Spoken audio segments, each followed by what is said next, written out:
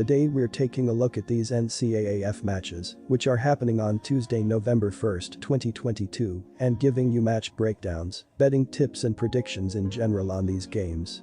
Welcome back to High Stakes, let's get straight into it. Also, don't forget to subscribe and push that notification bell to get notified as soon as we release these sport prediction videos, and if you would like more betting tips and predictions, then check out our Patreon in the link down below.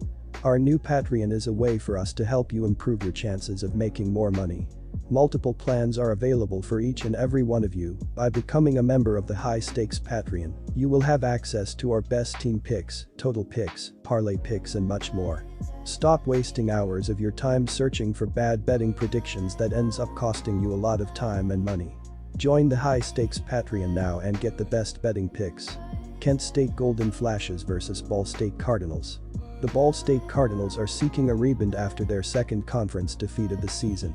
The Cardinals defeated NU in overtime to begin October and narrowly got by Central Michigan.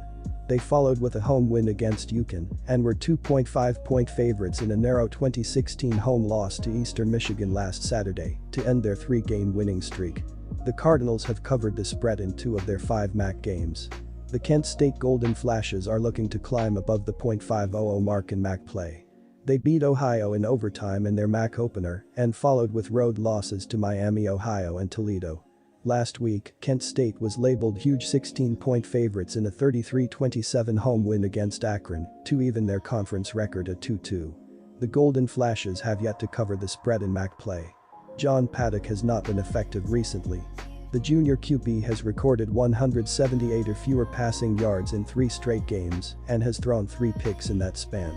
He has accrued 1985 passing yards, along with a 14.9 TD to int ratio on the season. Colin Schley did not play in the win against Akron last week and is questionable.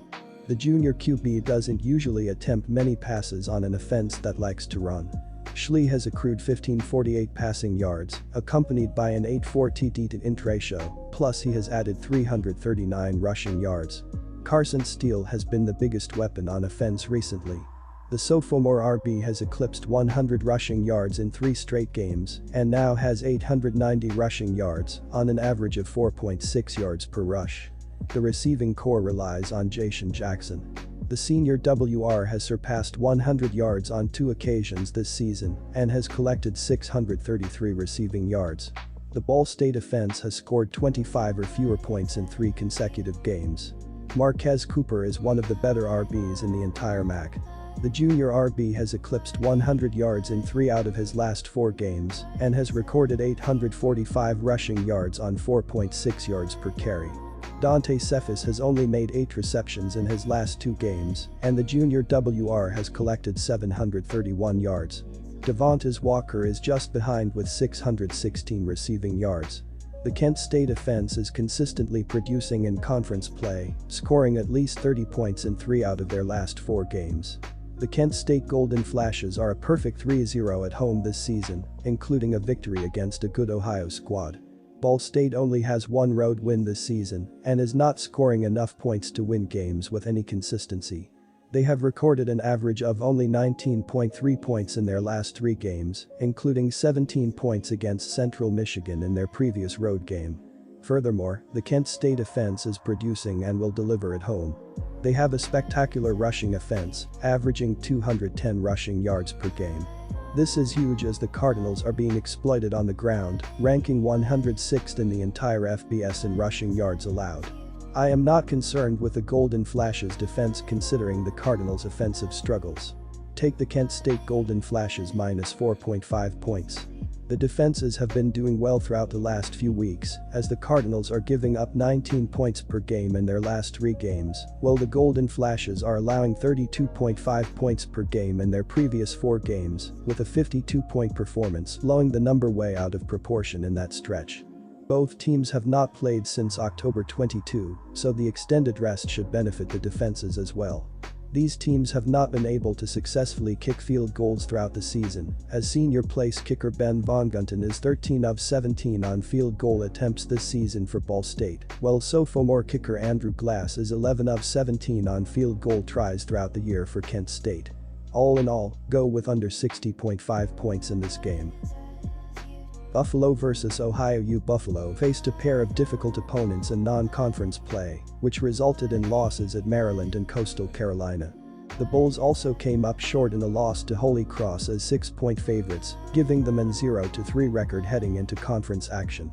They have been able to put that early disappointment in the rearview mirror, rattling off 5 consecutive wins since mid-September.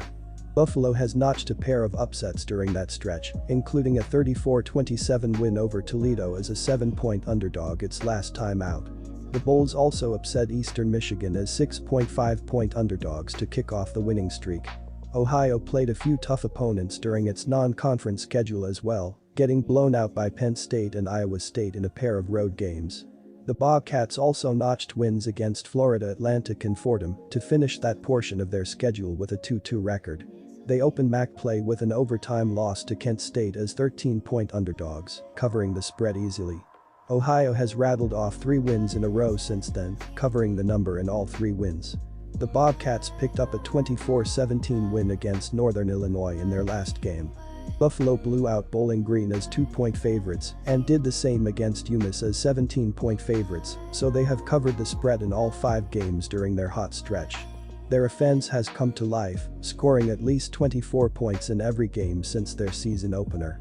Quarterback Cole Snyder has completed 60.4% of his passes for 1,907 yards, 12 touchdowns and 5 interceptions. His top targets have been wide receivers Justin Marshall and Quian Williams, who have each gone over 400 yards this season.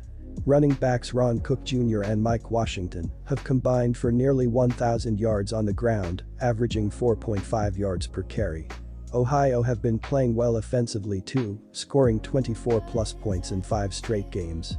Their best showing came against Akron in early October, as they hung 55 points in the 21-point win. They have won 5 consecutive home games against Buffalo, which is a streak they will be trying to maintain on Tuesday night. Quarterback Curtis Rourke has completed 68.5% of his passes for 2,408 yards, 16 touchdowns and just 3 interceptions. Wide receiver Sam Wiglusz leads the team with 49 receptions for 579 yards and 7 touchdowns, while wide receiver James Bostic has caught 18 passes for 395 yards, averaging 21.9 yards per catch. Running back Sia Bangura has 107 carries for 495 yards and 7 scores, good for an average of 4.6 yards per attempt. There can be a case made for either team to win this game, as both teams have momentum and are playing their best football of the season. However, I feel better about Ohio in this game, as the Bobcats have a little more firepower at the quarterback position and are playing in front of their home crowd. This is not only a crucial game within the conference, but a national audience will be tuning in.